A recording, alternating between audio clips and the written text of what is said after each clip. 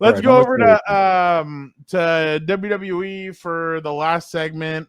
Good talk on football. Gilbert, your just quick thoughts on Worlds Collide. I know we spoke about it in the beginning, but definitely a lot of fun. I thought it was a pretty good card, pretty good matches. Hype. There was hype all around, and you got to see some of the younger talent that WWE has, and obviously with the AAA wrestlers as well. You're right. I like that mix of some WWE guys, but also still keeping a spotlight on the luchadores or AAA guys or AAA. What's that rapper? Victor Anuela. Anuela. That's 2 A's. Yeah, 2 A's. Double A batteries.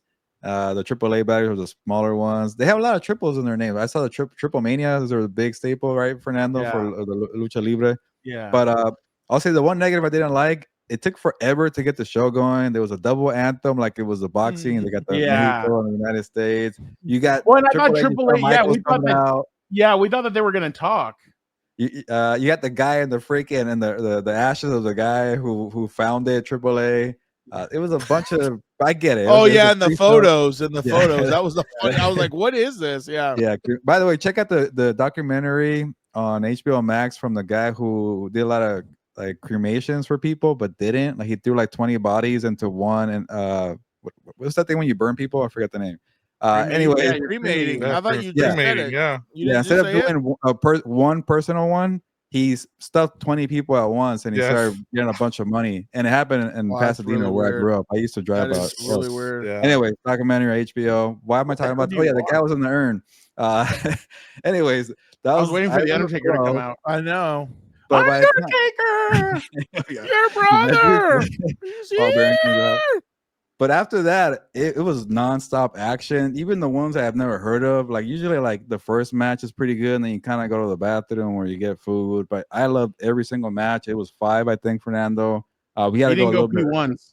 Yeah, we had to leave a little early for the main event, but I was disappointed because I wanted to see everything. It was great character. I told Fernando I kind of feel like I was watching like a circus show or some kind of act in Vegas combined with some great top-notch wrestling. So if you get the chance to watch it in person, I say go ahead and do it. I don't know how you could talk about this, Fernando, more. I don't know what the future is with WWE, but that was one damn good card, and they really let them shine and do their thing there. So to me, I really enjoyed it. I'm glad that it went. I forgot that Octagon Jr is on TNA as well. So they're starting. It seems like they're using, because WWE has an agreement with TNA and with AAA, so it seems like they're going to start mixing and matching these guys around or whatever. They also said that JBL was supposed to attend, but JBL kind of has a gimmick right now, and they decided not to use the gimmick. Well, right now, it's kind of testy. They were like, you know what? Maybe we shouldn't use this gimmick right now. So I know that one got pulled. I'm glad he's back to being a heel, though. That was the best. But some of his old videos have resurfaced as well, which obviously hilarious. Different times. Hilarious. But I thought it was a really solid card. I thought it was high powered. I was pointing out to Gilbert, Stephanie Vacar was out there, but I'm like, look, she's not taking any bumps because she's getting ready for tonight's. Exactly. Yeah. So Mr. Iguana, I don't know if you guys heard about him, but he had 17,000 followers on Instagram before Saturday, and now he's up to 100,000, I think, the last time I saw. Dude, we need to upgrade that guy's paint, though. You could tell he was sweating halfway through the damn thing came off. That's like with Sting. Remember Sting halfway through? Oh, that was always so bad. Dude, but you remember the Boogeymans, I don't think ever came off. No, it never did. I wonder what they use in that thing. So it was a really good card, really good. I thought everything was very solid from them. I thought, again, I hope that this is what they're going to be doing, using multiple things. The only problem is that now are you going to be having multiple events? Because it seems like WWE now every 2 or 3 weeks is having a PLE. And it's on purpose, right, Fernando? Yeah. So I think what they need to do is, if they're going to do this, then you can't be having every PLE. I'm going to take away John Cena from this, but you can't have Jay Uso, Seth Rollins, and these guys like keep on doing PLEs on top of that. I would rather them feature some of the guys like Karrion Kross, some of the guys in AAA, some of the guys in TNA. Start emphasizing some of these other people and give other people a chance. If you're going to be doing this so often, don't burn people out with watching Jay Uso against Logan Paul and then obviously discovering that one is better, well, a lot more talented in the ring than the other, which I thought that was a little bit of a mistake to put Logan as his first title defense. I thought you're going to show the discrepancies between one very athletic wrestler or athletic individual and somebody that does kind of the same move set over and over again, and it's going to look a little different. But I just think that WWE kind of needs to take this a different way and try and emphasize the multitudes of talent. We haven't seen The Miz in a while. Karrion Kross hasn't been on TV. Like, there's been a lot of people. That guy that wrestled.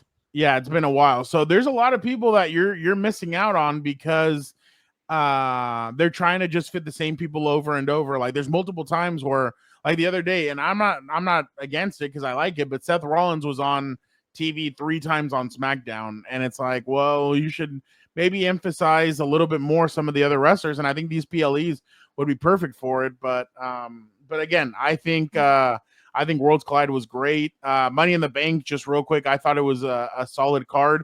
I really like Dominik Mysterio and that's my dog. And Octagon. I thought they did really well. The women's ladder match was great. I had a sneaky suspicion that Naomi was going to be the one that won it, just because I honestly, my personal opinion, I thought Stephanie Vacar should have gotten it. I thought her barely coming in, her getting that, and then waiting about a couple minutes, maybe till the Royal Rumble or something, would have been smart for them. That would have been fun. I know why they're going with Naomi. Naomi catches in, beats Tiffany. She fights Tiffany a couple times, and then boom, full circle. Her and Jade Cargill go at it for the belt. Jade Cargill beats her, and then Jade Cargill takes her. Is she ready for that, though? She's been training for the last 4 years. She's gotten better. I've noticed her the last couple of times I've seen her wrestle. She's gotten better. And then obviously, ultimately, Rousey out there, dude. Ultimately, what they want is a Jade Cargill versus Bianca Belair WrestleMania match, which I think that's what we're going to get next year. But I think that's the route that they're going. On the men's side, Seth Rollins winning was pretty predictable. I know a lot of fans are really mad and they wanted LA Knight to win. Yeah, right. You know who I wanted to win?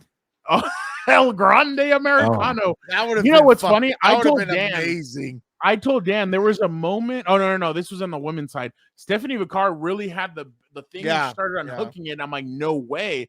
And then I can't remember if it was Alexa Bliss or Juliana. One of them ran in and stopped her. I was like, wow, I thought we were actually getting it. On the men's, I just didn't think anybody else made sense except for Seth. I thought Seth was Andrade. Let him take his rightful spot. Oh, you mean Mr. Flair? No thanks. I gotta say this, Fernando. I gotta give LA Knight a lot of credit because he put on a show in this one. Yeah. I know you've been kind of critical of him, but and you said it. Like, if it's your hometown, you're not winning it. So, but yeah, no, that's the Vince McMahon rule. I thought he was gonna get it when he went up the ladder, and then he's not even from LA. He's not even from LA. LA Knight. No, I know, but I know. He even said, but that's a thing. I'm only critical because it's just the damn cat. Like him and Jay Uso. That's the problem I have. The catchphrases. I can't stand that. Like, you just have to go through it. Like, it's a checklist. And it's annoying. Like. That's why I told Dan and Little Daniel in our group chat, because Little Daniel loves LA Knight.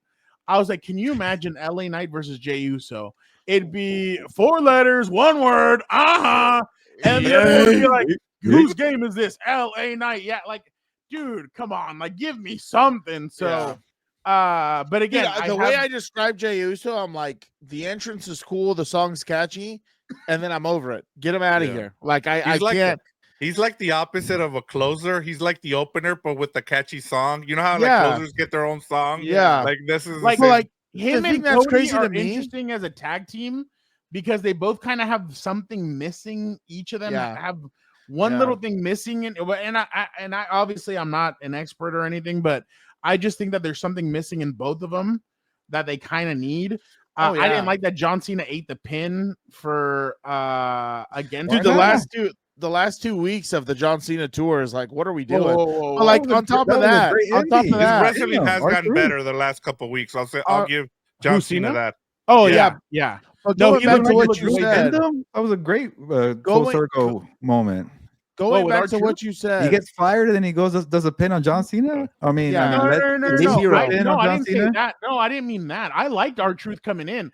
I didn't like that Cena ate the pin from Cody because John Cena last time he faced Cody, he beat him for the championship. Now you're like letting him eat the pin for him. I thought that's why they put Logan in there, so Logan would eat the pin. And he would cost John Cena the match. But one, they're setting up for a John Cena Logan Paul, and I can already tell by the match, which I'm really interested to see Cena's brute style against Logan's high flying. I'm interested to see what kind of match they're gonna put on. But yeah, I love the RTruth coming back. The only thing is, I do not believe Triple H when he says it was a work. I don't believe that. I think they looked at the numbers. Fired him. Yeah, I think really? No, they just didn't they weren't going to re-sign him. Same thing that they did with there was one other person that Carlito. They didn't bring him back, or they're not re-signing him either. So I thought, and then they got the pushback from the fans and even the superstars, because I know that, I don't know if you guys saw on Monday, Rhea was in a pink sports bra. Yeah. And everybody's kind of like, why is she in a pink sports bra? Like, what's going on? She took the shirt off. She had an RTruth shirt and she had to take it off before the match. Yeah. So, and then he came back, but he's coming back as Ron Killings. So I'm interested if he's done with all the bullshit, funny stuff, and he's going to go back to being Ron Killings. So that'll be interesting. But overall, I said, oh, there he is. There he is. Our guy. I don't know if you know this, Gilbert. Yeah. He has his own song. Joe Morley?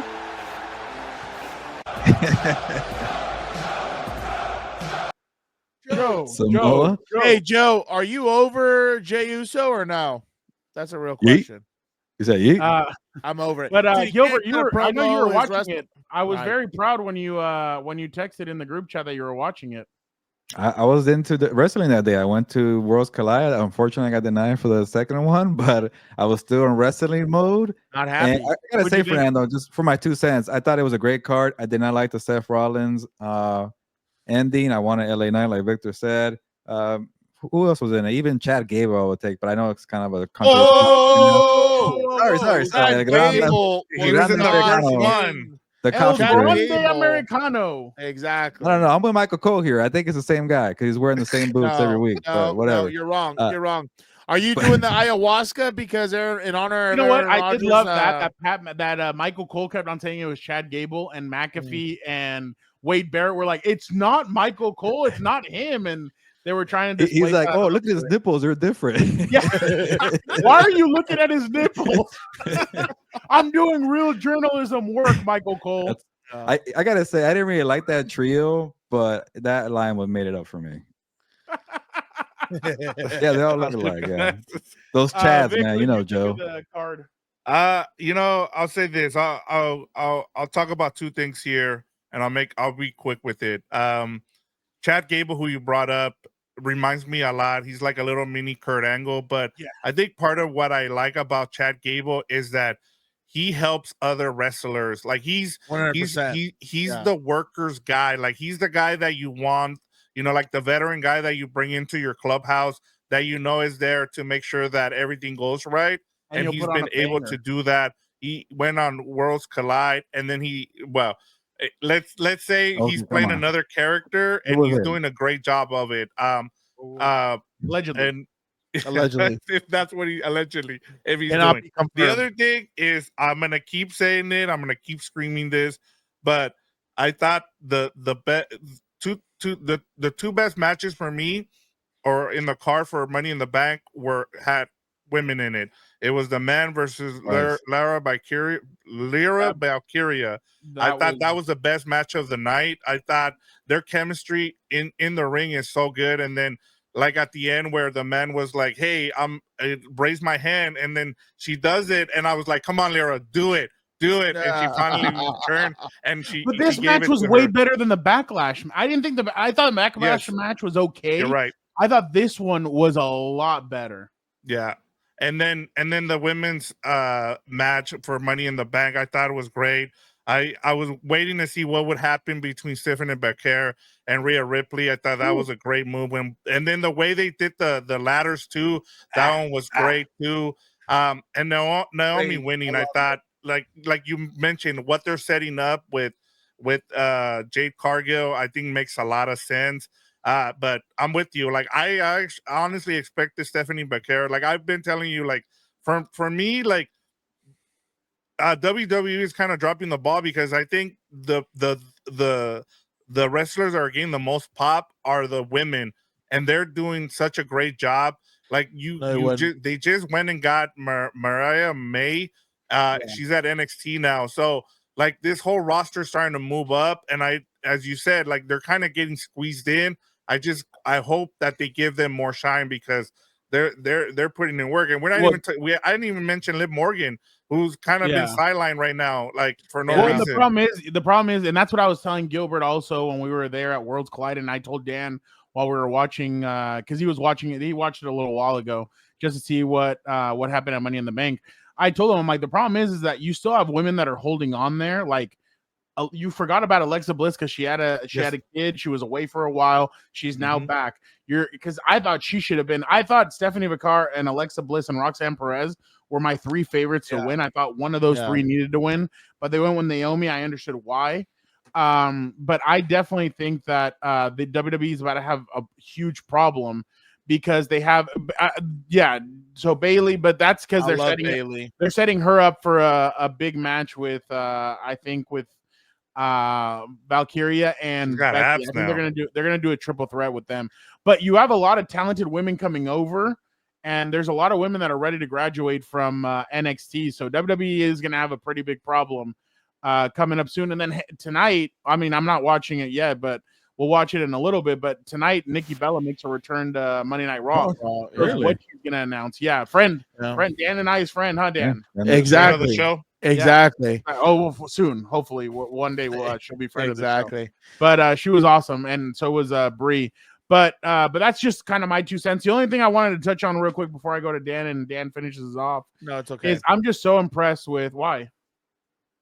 What? I said I'm gonna say one more thing and then it's you. No, it's okay. It's okay. It's your I'll say something. I meant say something quick. I got dominated. Yeah. I got dominated the whole time, but I'll wait. I'll wait for my turn. No, go ahead. I apologize. That's okay. I got cut off like 3 times. No. Say your one thing. Say your one thing. Say your one thing, and then we can move on. No. I'm not. I'm gonna get out. You go. I'm so confused. I'm so confused, but whatever. Just say what you gotta say. The only thing I was gonna say was one thing I do hope that I think sometimes they kind of miss out on sometimes in WWE is that they need to push the Young Bucks a little bit. Like that's why, the Trinity thing, I understand what Fernando was saying, but I'm kind of like, would I rather see maybe that again or that storyline or maybe one of the younger ones start coming up? I think I'd rather see Stephanie Becker, one of the younger ones, come up. Yes. Like I was a huge fan of the Roxanne Perez angle with the Judgment Day. I think that's awesome and hilarious. Stephanie Becker obviously making some noise, but again, don't pass up the Young Bucks. Just like I'll say it bluntly, no more Charlotte Flair. I hope very spaced out veterans. I hope because you have to at one point get the Young Bucks in there to start getting some experience. You know what I mean? The other thing I'll say is this. Going back to Vic's point, I thought he brought up something really good about Chad Gable. I hope they give him a push at some point, dude. Like, I can't believe, in my opinion, you have Jay Uso who can't cut a promo and maybe not as good in the ring, in my opinion. And this guy does both. You know what I mean? Like, and he eats pins left and right. And, I don't care if it's the Grande Americano or the Wait, what are you talking allegedly about? Or the allegedly Chad Gable. Yeah, right. I doesn't wear a mask. I put myself in a corner there. I realized I fucked that up, but like you know what I mean? I would love to see Grande Americano even just win the United States Championship. I think that would be hilarious. No, United States. He's from the Gulf of America, so why wouldn't he win it from his hometown state? But One thing I will say is this. I was really happy to see kind of Dom look a little more dominant as a champion, because I've been so tired of him eating pins and kind of looking like the scared guy trying to run away after he talks shit and everything else. So I've been a big dirty Dom guy, and I cannot wait to see the greatest Mysterio ever, in this era. I can't wait, because I don't know if you know this, Alberto, his dad's a deadbeat. So hey, that's a legend. Come on. That was the one thing. That's the one thing I just wanted to touch on. So Dan took me right into what I wanted to say.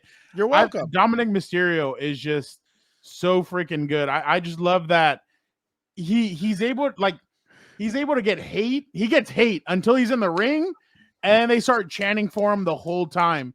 And the fans love him. They love to hate on him, but they love to cheer him on. I thought he was hilarious when he tells those guys, he's like, ¿Qué me vas a hacer? Yo soy el campeón, no me puedes tocar. No estás de mi nivel. Yeah, exactly. Like, he's so funny. I love that he mixes in the Spanish and the English. Yeah. I love that he has thrown out the pendejo before. He's thrown out other words that you're just like, oh, wow. I'm surprised. Apparently. Yeah, dude, have you seen the memes? The memes are hilarious. Even if it's from what's that one girl? I forgot her name. Roxanne Perez. There you go. Yeah.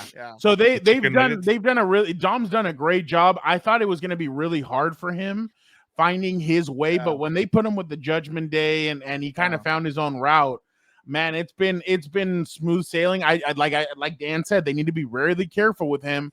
And this Intercontinental Championship run, I think, needs to be for a while. Like, it can't be hey, in SummerSlam he loses it to Finn Balor.